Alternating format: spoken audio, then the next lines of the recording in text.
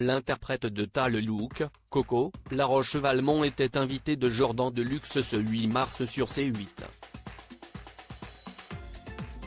L'occasion de revenir sur ses relations avec Claude François dans les années 70. Né en 1949, La Roche-Valmont, alias Jean-Quentin Gérard a commencé sa carrière en tant qu'éditeur de magazine après avoir suivi des études de psychanalyse. Mais face au succès dans la musique de plusieurs de ses proches, comme Hubert Félix Thiéphène ou Jean-Patrick Capdevielle, il décide lui aussi de tenter sa chance et s'y est-il a sorti, en 1984, du tube français devenu culte, Ta Le Look, Coco qui lui apporte le succès. Si est d'ailleurs la meilleure vente de La Roche-Valmont, plus de 500 000 exemplaires écoulés. Invité de chez Jordan sur C8, l'émission matinale animée par Jordan Deluxe, ce 8 mars, l'artiste s'est remémoré les années durant lesquelles il était patron de presse. J'ai créé des magazines sur les chanteurs.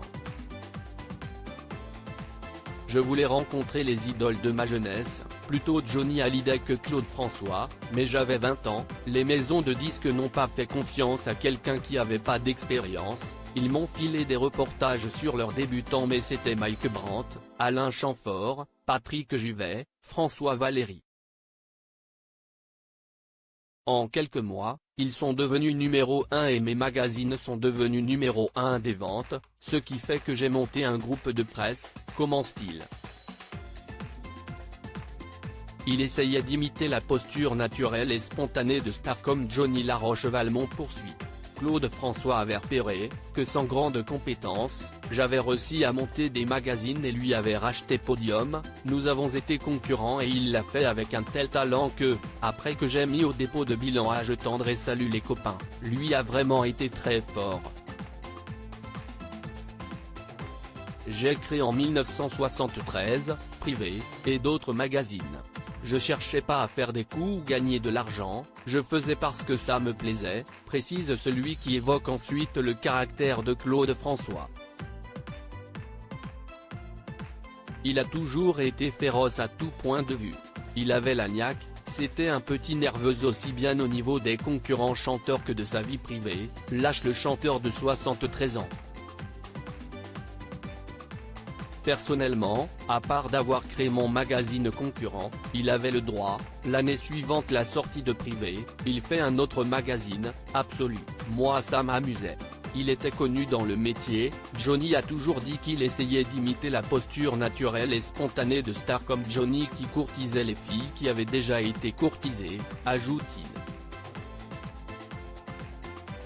Je suis pas le seul à dire qu'il était odieux, ce que je confirme. La Roche-Valmont revient enfin sur l'épisode au cours duquel Patrick Juvet a été mis à mal par Claude François.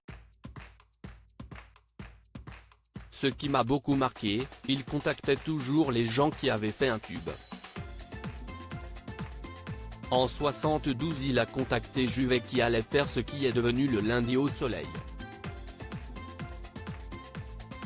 Claude François lui a demandé s'il pouvait chanter cette chanson, Juvet a refusé mais il a réussi à faire pression par l'intermédiaire de la maison de disques, ce qui fait que Patrick a fini par accepter, raconte la star des années 80.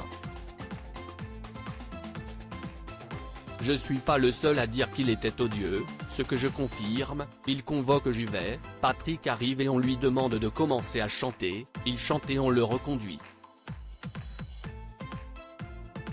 Claude François était au dernier étage, il a entendu la chanson, il est même pas descendu lui dire que c'était bien, Patrick a eu beaucoup de mal à s'en remettre.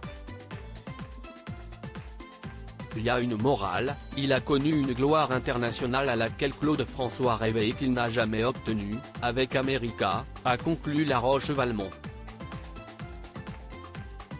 À lire aussi il était très coléreux, Michel Thor balance l'étonnante habitude qu'avait Claude François pour montrer sa rancune à ses choristes.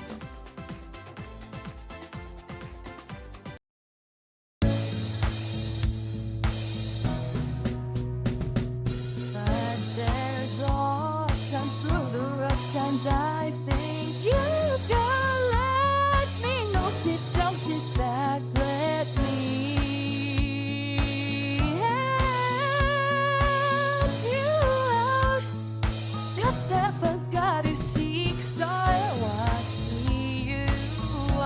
on your